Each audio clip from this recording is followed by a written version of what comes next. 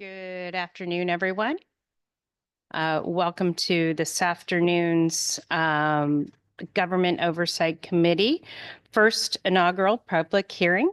It's Tuesday, February 4th. It's 12:39, and I'm going to convene the public hearing to order. Before I get going, I just wanted to remind folks if there are any emergencies where we need to exit the building for any reason, the two exit doors that you probably entered from are the best to escape. Please go quietly and don't worry about your belongings. If it's a real emergency, we need to get going. We are going to hear today proposed bill 5574 and implementing the recommendations of the CREATES project report. And with that, we have the good the good minority leader of the House, Representative Vincent Candelora. First up, minority leader.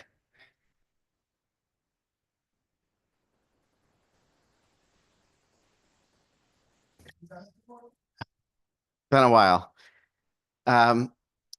So Chairman Dathan, Ranking Member Sampson, and Ranking Member Carney, it's good to be here. I'm glad to be the first to testify on your opening day of this committee, and congratulations on your chairmanship. I'm here to testify in support of House Bill 5574, which is asking for the implementation of the CRATES report.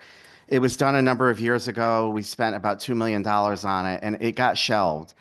I'd like to resurrect it. I think there's pieces in it that we should take a look at. It addresses things across the board like workers' compensation, privatizing fingerprinting, but most notably, it does talk about sort of the inconsistent methodology that agencies do report some of their expenditures. And I think in the wake of the whole higher ed system and the P card system, that is one area that we could inadvertently, find efficiencies by bringing transparency to that process.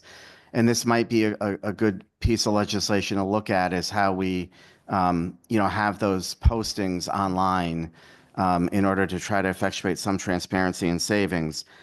And so I'm here to generally support the bill. I know our union colleagues have always opposed it. And I certainly think there's concerns that they would have, but I would say don't throw the baby out with the bathwater. Certainly, let's look at the areas where we could find efficiencies, especially given this next budget cycle, which is going to be difficult. And I'd be happy to answer any questions. Thank you, Mr. Minority Leader. It's great to have you here in person. It means a lot. I had a couple questions on just the proposal. One of the things that was on the proposed bill was, and I'm gathering that this was more of an illustration when you all listed out the 4 items there rather than an entirety of everything there. Is that correct? Yes, I mean, those are illustrations we think that could be considered. But I think, as I said, there's other areas of this report that you might find of interest. Absolutely. I mean, I'm an accountant by trade, so I'm always looking at these things. And I took a lot of interest when we heard the report in 2021. One of the quick questions I had was regarding the first item that you listed, the exploring a deferred retirement option for police. How would that be done in terms of our current CBAC arrangements? Yeah, I mean, I think obviously there would need to be a conversation with our law enforcement. My understanding is, and we did some revisions to the MERS retirement system, that was one of the concerns, actually. We're trying to provide savings, but it could actually have an adverse impact on having our law enforcement retire. So this could be an area to look at to see if there's opportunities for police officers to be able to continue to work in some capacity, but not get penalized for their pension, and they can defer that collection. And so I think some of that flexibility could actually be a good proposal if they were interested. Yeah, thank you. I just kind of was trying to understand that that whole deferment process if it could actually hurt our officers, because we want to ensure that we encourage the best and the brightest to stay with the force as long as they'd like to, while also making sure that we keep them whole with their retirement benefits, because it is such an important job. Um, Another question I had was regarding, you highlighted privatizing fingerprinting services. I know it was not really delved into in the report. Are you familiar? Are there any sort of complaints or anything that you're hearing or your members are hearing regarding backlogs and fingerprinting? Well, I think there were backlogs a number of years ago, which has since been improved.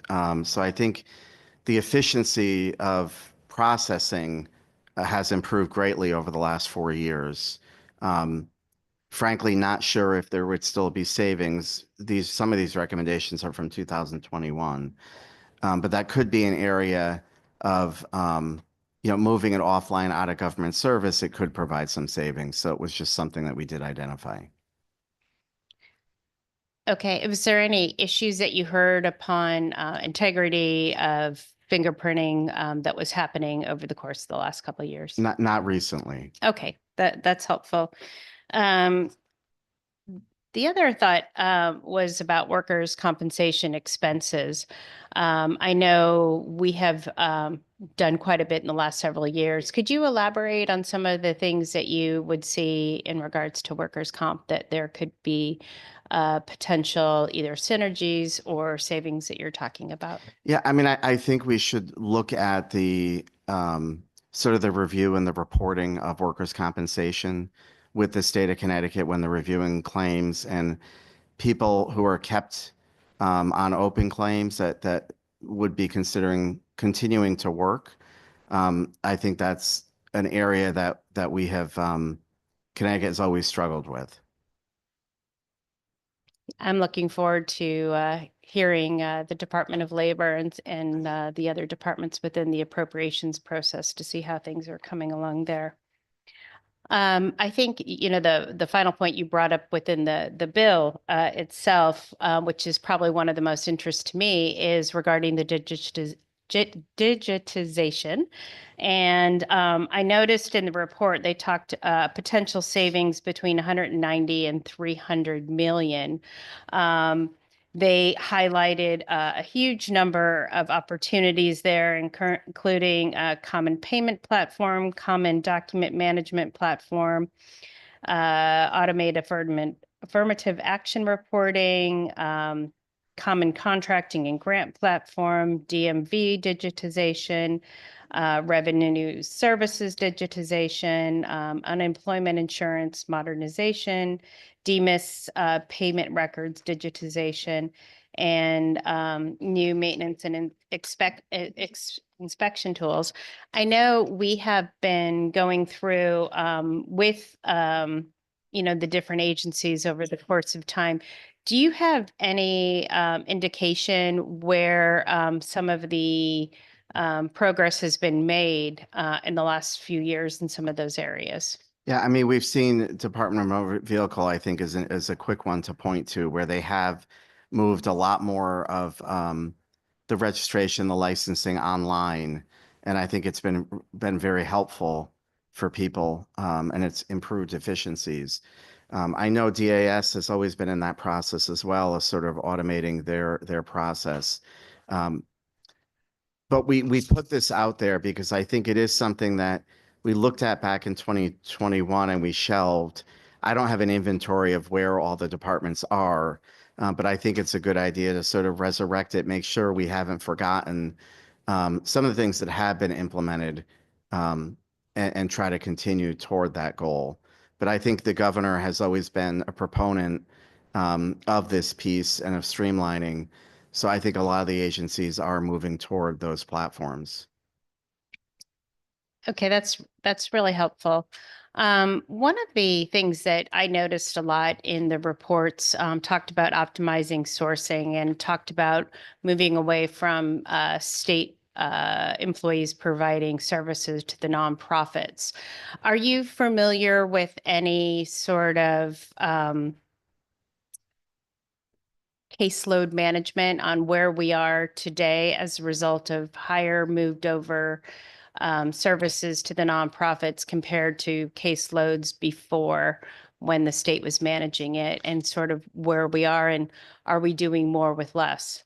Yeah, I'm not sure where we are in that. I think that we're one of the few states that have a dual delivery model where we are delivering some of the healthcare services at the same time.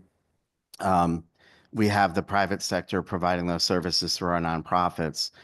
It probably is something else that we should be taking a look at because, anecdotally, when we look at some of the continued overtime and the continued cost of different institutions when we are trying to transition away from those, in particular, the software training school, we continue to sort of try to close down that facility. Um, and I think we should just do a general inventory, but I don't know where we are at this point. Okay, I will leave those questions for appropriations because that is definitely one of my areas. And speaking about overtime, I mean, I noticed kind of on the creates report, it highlighted overtime across major service categories, and the largest was a result in the corrections. In comparison to other states, we have quite a bit more overtime. Do you want to speak anything about corrections and resulting in overtime compared to hiring more employees, and if there's better benefits for us to have overtime Y- pay versus more employees doing the work?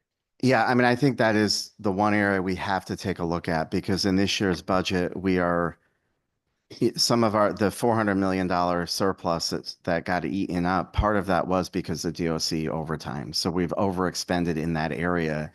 We continue to, despite the fact that we're closing prisons.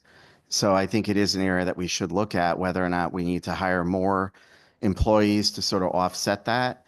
But it is a number, that's concerning. It's not just costing us money, but we're actually running over the budgeted line item in that area. Okay, my last question, and then I'll share the love with my colleagues here, and they can ask. Rationalized state assets was one of the things that was listed. Are you aware of any sort of uh, I guess, project that we have kind of gone through? I know, I think it was in 2018 when we were looking at different assets to potentially help fund some of our pension liabilities. Are you familiar with any updates of that Uh, that we might want to look I'm at? not. That's not an Okay, area that I honed in on or looked at. okay. Thank you. Yeah. Thank you so much. I'm going to offer my good co-chair. Um, do you have any questions? Nope. Okay. Uh, any questions? Oh, Senator Sampson. Thank you very much, Madam Chairman. Mr. Minority Leader, good to see you. Welcome aboard. Um, I found your testimony compelling, and I'm very much in agreement with you on the fact that we spent $2 million on a report, and we should do something with that information. It's a little bit of a struggle, though. I found reading through the Creates report myself that it's a lot of basic information, but I don't know how much of it is actionable by itself. And I'm kind of loath to create more studies and task forces. But for example, the good chairman just mentioned to you about rationalized state housing, which is the language they use in the report. In order to do that, we'd need to really study the issue and find out what could be done. So I guess what I would ask you is, aside from the items that are mentioned in the bill proposal itself, are there certain items that you think are actionable right now? The LCO folks are in the room, and I think we have an opportunity to kind of give them some direction when we draft an actual bill to take action on. Just curious what your thoughts are. Yeah, I mean, I think in my testimony, one of the areas that I think this committee could definitely look at is the digitization of the P card system. Putting that online so we have better transparency with our higher ed system. It was tough for me that, after allocating $400 million to our higher ed system, we're finding out how some of that money was spent. And I think if the money is open and transparent, those cards are online, similar to our other agencies, we could bring more transparency to that process. And I think those abuses just wouldn't happen. Through you, Madam Chairman, I couldn't agree more. That is certainly an area that's come under some significant scrutiny recently, and I think rightfully so, and something that we should address. So looking at the proposal as it stands now, these are pretty basic kind of concepts. Exploring a deferred retirement option for police. It's certainly an idea worth addressing, but not something that I know that we can achieve by drafting into this bill Right. and have it become law immediately. And that's kind of what my focus is right now is what can we take from this creates report that's actionable? What can we give for direction to LCO to say, do these few items that we can pull from this report that makes sense? And the P cards is number one on the list. I'd be happy if we could just get that over the finish line. But are there other items that you think if we had to limit what the content of the bill is and focus on a few areas, what they might be through you, Madam Chairman? Yeah, I think it's a good question. It's a tough question because some of this we would have to really look at where we are. You know, when we talk about, in particular, digitization in general, to what extent has the agencies implemented and what tools do they need to finish it? And I think that's sort of part of what I think we should be doing here. I think the P card is something it's finite. It's a little bit easier to take action. But the other areas, you know, when I looked through this report last night, I thought, you know, how many of these things have been done sort of subtly already, which has been implemented. I think, you know, some of the workers' comp areas is something that we could take a look at. But I think that some of this could be an evolution, you know, putting it on the process for appropriations to take a look at as well would be important. So I think there's sort of two paths for this legislation. Through you, Madam Chairman. Thank you very much for that, Mr. Minority Leader. I appreciate that insight. And certainly we look forward to continuing the communication and hearing from you about the drafting of the ultimate bill. I'm certain there's going to be some difference of opinion among the leadership of this committee about what might end up in a final bill. I mean, we talked about the overtime calculation, for example. I mean, that's something that has been a concern of mine over many years. I don't know that we'll necessarily have the support of everyone on the committee. So for me, it's like, what's the low hanging fruit that we can actually get at, turn into a bill and do something to actually make our new government oversight committee successful in some regard. So I appreciate you being here today and the feedback, and we'll keep talking. Thank you. Thank you, Madam Chairman. Thank you, Senator. Representative Carney. Thank you, Madam Chair. Thank you, Representative Candelora, for putting this bill forward and for coming here and testifying. I guess, do you recall, I mean, I remember the Fiscal Stability Commission. Do you recall what happened with that report from, I think it was 2017 or 2018? Was any of that implemented? I'd have to look. I really don't remember if anything was implemented. No, I mean, the reason I asked that question is one of the, you know, certainly frustrations I have is we spent money on that too. Yeah. And that was done with, you know, public and private, and it just kind of went on a shelf like this unfortunately appears to be. So I think that, you know, we as a legislature should really do an in-depth research into these types of reports that we pay for. And then in this case, this was Governor Lamont that wanted to do this and try to find efficiencies where agreeable. And I think there certainly are some in this report that I think probably many of us on both sides of the aisle can agree on. Do you know how Governor Lamont feels about bringing back this report and trying to find efficiencies? I'm sure we'll hear from him tomorrow, but. Yeah, I mean, based on where we are with the budget, I think everybody here would want to look for efficiencies. When this report came out, to me, people went into their corners and fought it vehemently rather than looking at the document as something like some of these things might work. And so I think it was summarily rejected and we moved on.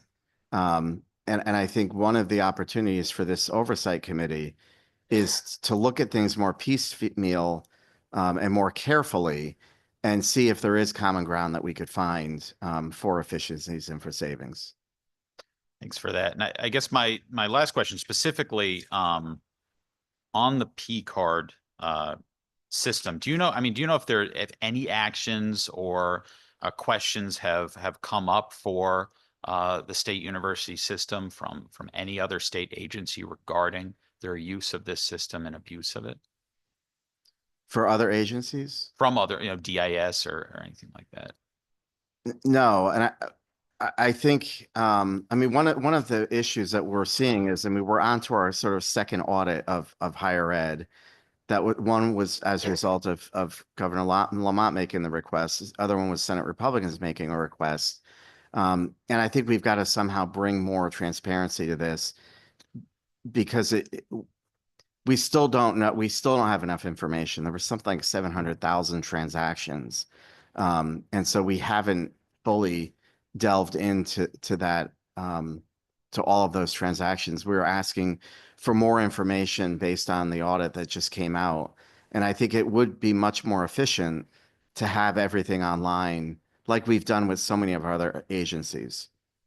No, and I appreciate that. And I do agree with you. And I think that, I mean, it would be what sounds like a relatively simple change that would bring a lot of accountability and transparency, which I think most people in state government value, certainly at the state university system where we're seeing declining enrollment and many issues. So I appreciate your focus on that, and I really hope that we can get something into law this year regarding that. So thanks. Thank you. Thank you, Representative. My good co-chair. Thank you, Representative Candelora. Nice to see you here, and thank you for your testimony. And I appreciate your comment. You know, that what we're trying to do, I think, is to look for common ground, because we're not able to, or I think maybe even interested. There are hundreds of suggested recommendations. So we're not looking to revisit all of those, but taking the time to, in this piecemeal fashion, as you suggest, to see where we can agree on what can be moved forward. And in doing so, bring more transparency. So I really appreciate your comment on that. And I'm getting the sense, and you'll see from my question, that maybe there's some consensus around this digitization point that you bring up. And I just wondered on that, if you had a sense of, one, how much that would cost. And you mentioned that this is already the case, which has brought more transparency in other areas and other agencies.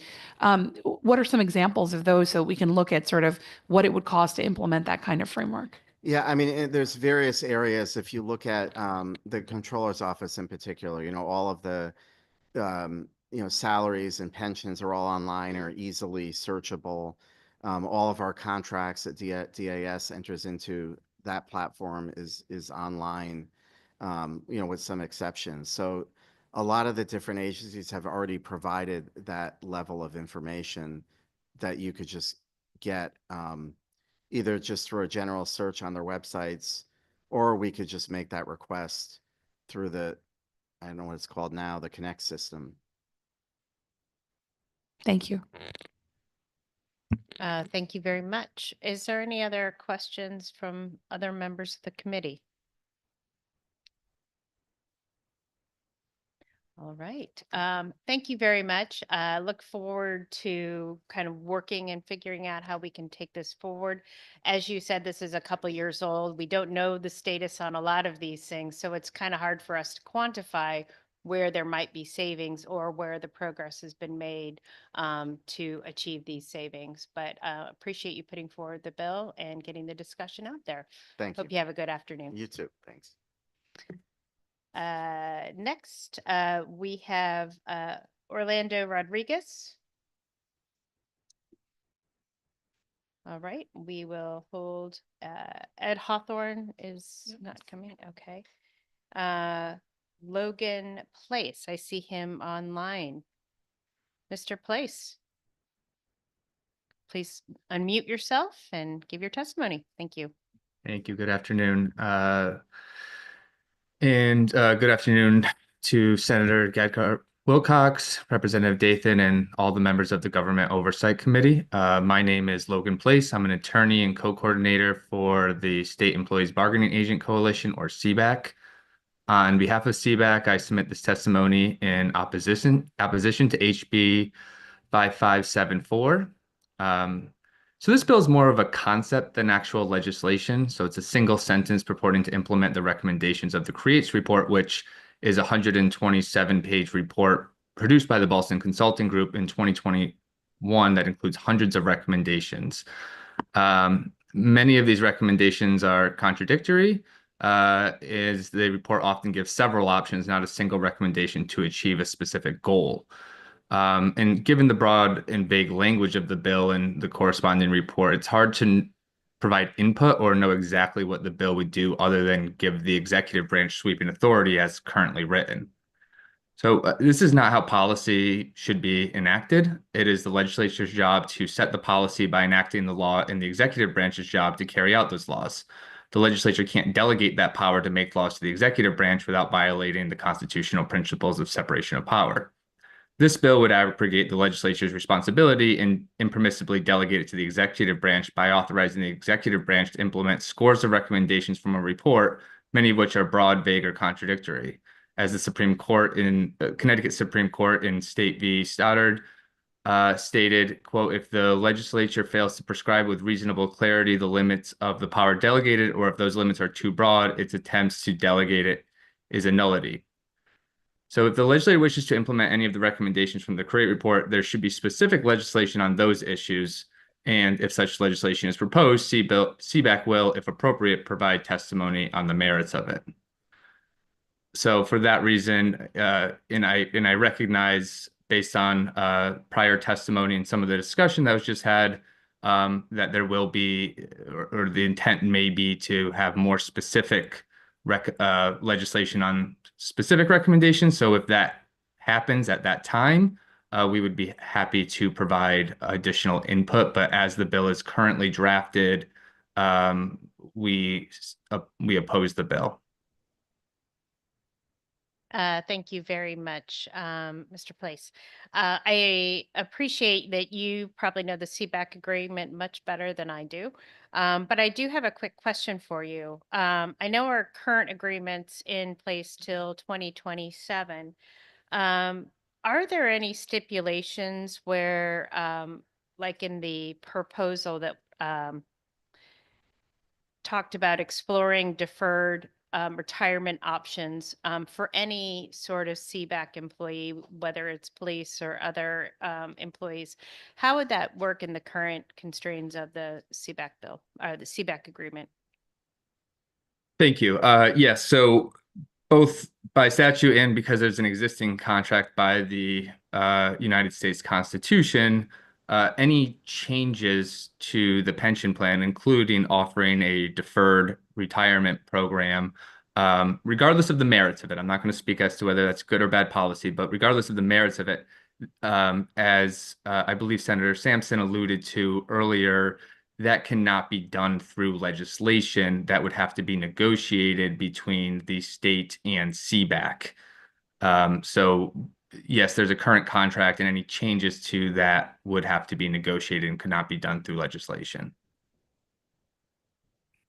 So in theory, if you had a change, it sounds to me that it could be a lowering of pension benefits for any individual employee when you're talking about a deferral, because you could potentially have less overtime, and then your final pension payment would be lower. Am I understanding that right? So I would need to note specifically, again, this is why it has to be negotiated, because broad terms like deferral aren't necessarily the same. So it would have to be negotiated and be very specific.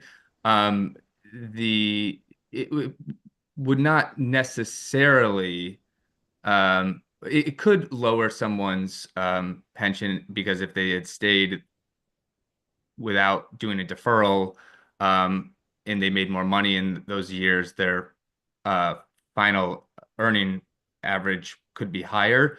My understanding of how deferrals normally would work if this was negotiated is you could make it on a voluntary basis, but whether it is beneficial to, in this case, I believe it's proposed just for police, but whether it's beneficial to workers or not, right? Whether you're trying to improve or take away or lessen benefits, regardless, either one would have to be negotiated with CBAC for it to become effective. It could not be done through legislation. I understand that. I just was just curious. In terms of some of the other items there, when we look at digitizing state invoicing and other sort of contracting, is there anything within the digitization that is in opposition to current CBAC agreements? If you mean CBAC agreements as in, so just for a little bit of clarity, there are over 30 individual collective bargaining agreements that are not considered the CBAC agreement. And then there's the CBAC agreement, which covers primarily pension and healthcare and a few other matters. I did not look, I could double check, but I do not know of anything off the top of my head in just the CBAC agreement. I can't speak to all of the individual collective bargaining agreements that would be impacted by digitization. Although, again, the report has so many recommendations, and without going through each one of them and seeing which part you're talking about, it's hard to give a final answer, but nothing's coming to mind on that. Okay, that's helpful.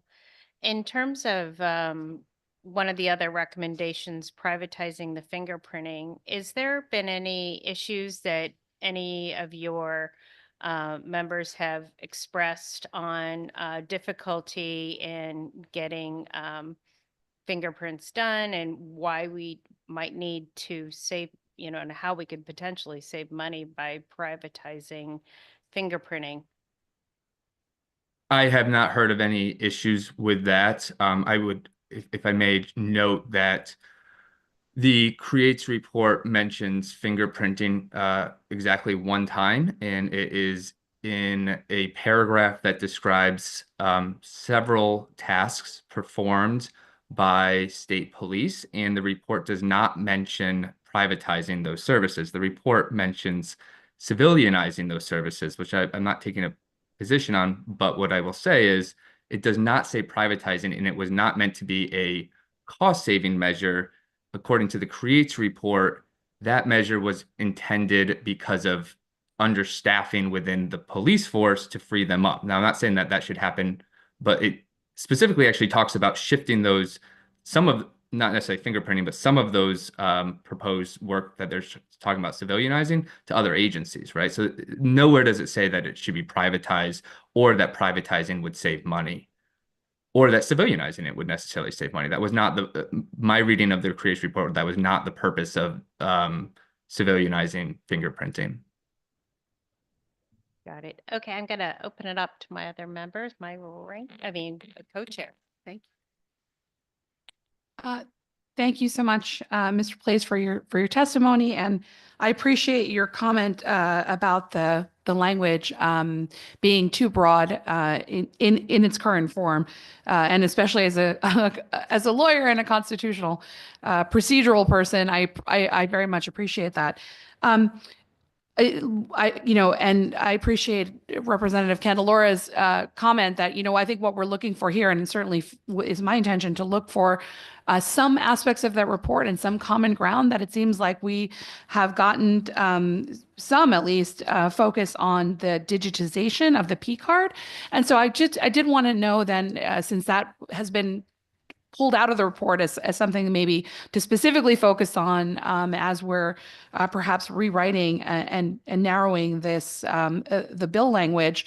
What do you have comments on that, or comments on other aspects of the report that were, I know, that there are so many and there were some that are maybe problematic. What are the aspects of the report that you would say are beneficial? Are there other things that we should be looking at? If we're looking at this piecemeal and there are a few things that we can be focusing on, well, along with what was suggested already, what would you suggest? I'd be interested to hear that.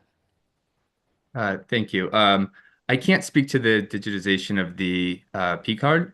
It's not something I have discussed with my client. Again, with so many recommendations in the report, I didn't go through all of them.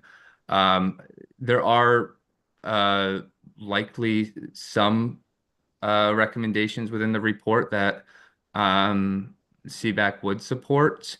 Whether they would be something that's considered low-hanging fruit, I'm not sure. But for example, the report, as was mentioned earlier, does mention that filling vacancies, right, would reduce overtime costs, right? And so we CBAC has long supported filling vacancies and speeding up the process and as well as taking measures to retain employees so that you don't have all the vacancies. There's some other things in the report. The report also praises telework as an important retention tool and as a cost-saving measure for the state. It talks about increasing diversity and equity within the state workforce. CBAC is supportive of that. Going back to the vacancies, that could also be a way to reduce workers' compensation because understaffing is a key reason that workers get hurt on the job, particularly in places like corrections. So, there's hundreds of recommendations in the report. There are certainly some, although I wouldn't say many, that we are very supportive of. There's some that we're probably agnostic on, and then there's some that we would also oppose. Thank you very much. Thank you very much. Any other questions from committee members? Seeing none. Thank you, Mr. Place, for your testimony today. I'm going to ask if there's anybody else online that would like to testify. Did Mr. Rodriguez come? Nope. Is there anybody in the room that would like to testify? Seeing none. We are going to adjourn our public hearing and we are going to have a 10-minute break before we start our committee meeting. And with that, I close the public hearing.